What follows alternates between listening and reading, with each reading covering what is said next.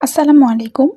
অনেকেই আমাকে জিজ্ঞাসা করেছেন কিংবা অনেকে মেসেজ দিচ্ছেন যে কি করে ১ম মে থেকে আপনি জব প্রিপারেশন শুরু করবেন কিংবা যারা এখন অনার্সে আছে তারা কোন সাবজেক্ট দিয়ে শুরু করতে পারে কিংবা কি বই পড়বে সেটার একটা আলোচনা কিংবা একটা ভিডিও চেয়েছিলেন। তো সেই বিষয় নিয়ে আমি আলোচনা করছি।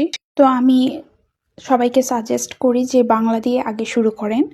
১ম এ আপনারা চেষ্টা করবেন যে ১ কিংবা ১.৫ মাসের মধ্যে বাংলাটা শেষ করার কিংবা আপনারা যদি শেষ নাও করতে পারেন তাহলে হাফ আগিয়ে রাখতে পারেন। তারপরে ইংলিশ বা ম্যাথ এটা শুরু করতে পারেন। তো প্রথমতই আপনাদের কিন্তু পুরাতন বাংলা ব্যাকরণ বই রাখতে হবে কাছে। কারণ নতুন এবং পুরাতন বাংলা ব্যাকরণ বইয়ের মধ্যে কিন্তু অনেক পার্থক্য রয়েছে। যেটা পুরাতন বাংলা ব্যাকরণ বই সেটাতে সুন্দর করে গুছিয়ে দেওয়া রয়েছে এবং যেটা নতুন বাংলা ব্যাকরণ বই কিংবা এখন যে নবম দশম শ্রেণীর ব্যাকরণ বই রয়েছে সেটাতে কিন্তু সেরকমভাবে গোছানো নেই কিংবা একটু ডিটেলসে আলোচনা করা নেই। এবং বাংলা ব্যাকরণ বই প্রথমেই আপনাকে শেষ করতে হবে, কারণ সেখান থেকে সালের অনেক কোশ্চেন আসে। বিভিন্ন সালের যদি প্রিভিয়াস কোশ্চেনগুলো আপনি দেখেন তাহলে দেখবেন যে জবের এগুলোই বেশি এসেছে ওইখান থেকে। তারপর আপনারা একটা বাংলা বই রাখতে পারেন, সেটা অগ্রদূতও হতে পারে কিংবা অভিযাত্রী কিংবা আপনাদের পছন্দ মতো অন্য কোনো যদি বই থাকে আপনাদের পছন্দ সেটাও নিতে পারেন। কিন্তু আমি প্রেফার করি যে অগ্রদূতটাই বেশি ভালো আমার কাছে মনে হয়। তারপরে তৃতীয়ত অভিযাত্রীর এই যে এটিএম বা একটানা মুখস্থ এটা আপনারা যদি রাখতে চান, পরবর্তীতে আপনারা আগে এই ২ টো বই শেষ করবেন, যেটা বাংলা ব্যাকরণ আর অগ্রদূত কিংবা অভিযাত্রী যেকোনো একটা কিনতে পারেন। সেটা শেষ করার পর এইটা আপনারা রাখতে পারেন। এটার ক্ষেত্রে কি এখানে যেগুলো মুখস্থ রিলেটেড বিষয়গুলো রয়েছে, টপিকগুলো রয়েছে, বাগধারা বলেন, বিপরীত শব্দ বলেন, সেগুলো খুব সুন্দর করে দেওয়া রয়েছে এবং এখানে হিউজ পরিমাণে থাকার কারণে অনেকেই বুঝতে পারেন না যে কি করে শুরু করবেন। তো আপনারা একটা কাজ করতে পারেন যে প্রথমত যেগুলো প্রিভিয়াস সালের কোশ্চেন এসেছে বিভিন্ন জব এক্সামে সেগুলো আগে সলভ করে করতে পারেন। তারপরে যেগুলো এক্সট্রা রয়েছে বাদবাকিগুলো সেগুলো আপনারা শেষ করতে পারেন।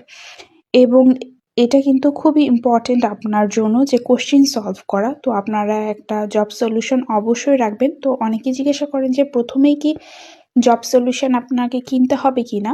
তাহলে আমি বলব যে হ্যাঁ, টপিক ভিত্তিক বা সাবজেক্ট ভিত্তিক বই কেনার পরই তার সাথে একটা জব সলিউশন রাখবেন কিংবা বাংলা, ইংলিশ আর ম্যাথ বই কেনার পরে যেটা সাবজেক্ট ওয়াইজ বই সেটা কেনার পরে আপনারা একটা জব সলিউশন রাখবেন। কারণ জব সলিউশন আপনারা টপিক ভিত্তিকও কিনতে পারেন কিংবা প্রফেসরেরটাও কিনতে পারেন। কিন্তু যদি আপনারা জব সলিউশন টপিক ভিত্তিক কেনেন তাহলে একটা টপিক শেষ করার পর আপনারা সেখান থেকে সলভ করতে পারবেন। সেটা একটা খুব সুবিধা হয়ে যায়। দেখা যায় যে টপিক ভিত্তিক জব সলিউশনে ওখান থেকে অনেকগুলো টপিক আপনারা একসাথে করতে পারেন।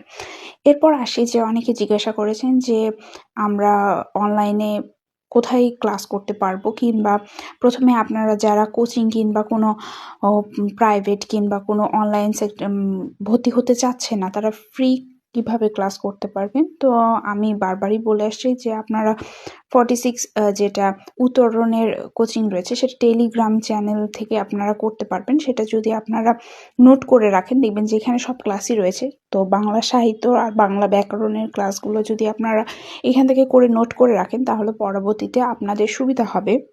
এছাড়াও আমার কাছে শাওন স্যারের ক্লাসও অনেক ভালো লেগেছে। সেটা আপনারা আগে নিজেরা যাচাই করবেন। আপনারা ইউটিউব থেকে শাওন স্যারের কিংবা আরও যেগুলো বাংলা স্যারের ক্লাস রয়েছে সেগুলো ফ্রি ক্লাস আগে নিজেরা করবেন। দেখবেন যে আপনাদের ভালো লাগছে কিনা, তারপরই তাদের ব্যাচে ভর্তি হবেন।